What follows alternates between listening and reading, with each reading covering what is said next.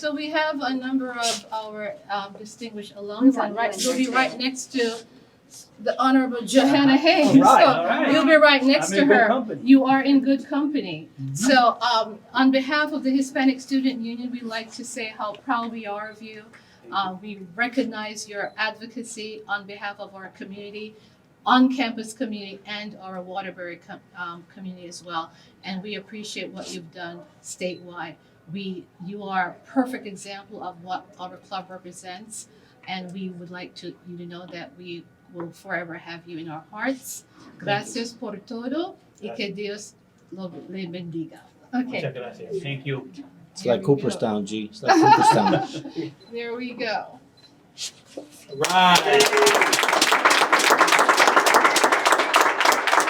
When I graduated from Crosby High School, I had absolutely no plan on higher education, simply because I had no one in my family had ever graduated from anywhere.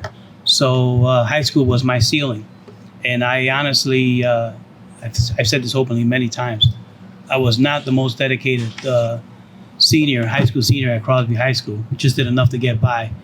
At the end of the day, the summer went by, and there was a couple of us just hanging around the housing project there on North Elm Street with no plans for the fall, while other kids were already making plans, already had gone on to other universities. When you set or you see a ceiling that you believe that that's as far as you're gonna go, because you had no mentorship or nothing else to evaluate or compare to, I was supposed to be tickled pink and thrilled that graduating from Crosby High School was going to be the best I could do. And if that was the way life was supposed to turn out, I think I would have figured it out and that would have been it. But there were other people who saw things in me that I didn't see in myself. And I'll start with my grandmother and mother, who actually said, well, listen, you're not working, so you might as well keep going to school. Well, school costs money. We didn't have money. My only alternative was to take a pre-tech college courses here at Waterbury State Tech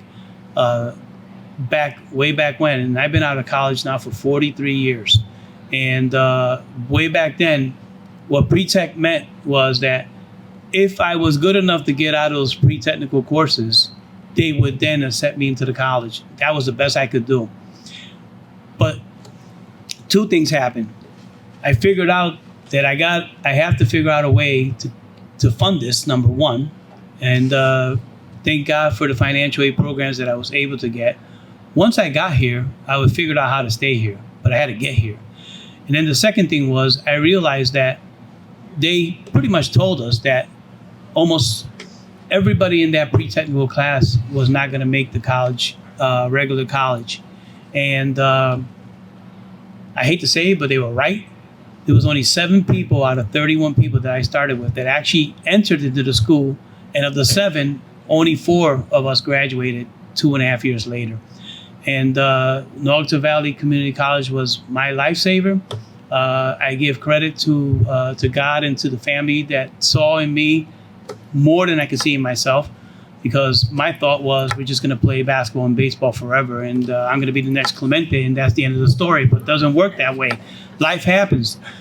What I can tell you was, upon graduating from here, again, far from my wildest dreams, I was hired by Pratt & Whitney in East Hartford with a 2-year degree from Waterbury State Tech. That was the launching pad. That was the launching pad to a 36-year career in manufacturing. The basis of the education that I got here in North Valley way back when is something that I used those tools on a daily basis and still use them today, even though I'm in an entirely different field. I'll leave you with 3 things. Your first job will not be your last job. You will change jobs more often than I did. I had 3 careers. The average number now they're saying is for students coming out of school now will have at least 5 to 7 jobs, different jobs. All I can tell you is do your best at every single one of those jobs. When I landed at Pratt & Whitney, I was so shocked that they hired me that I didn't even have a car to get out there. And so I was hired, and then I had another problem. I had no car. So I took a bus for the first month from here to Hartford and Hartford over to East Hartford, and then walked. And where there's a will, there's a way. That's the message here. The last thing I'll tell you is everybody here is inspiring somebody else. People are watching you. And the reason I tell you that, the fact that I went to college, just went to college, didn't even even if I hadn't graduated, 6 of my 7 sisters all went to school. 5 of them graduated from this university as well. And that is a testament to what the power of what elders seen in us that we could not see in ourselves. And I got to tell you that, thank you for honoring me here during Hispanic Heritage Month.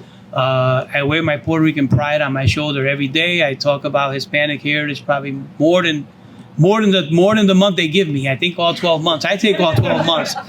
And I just love the culture. I love everything about it.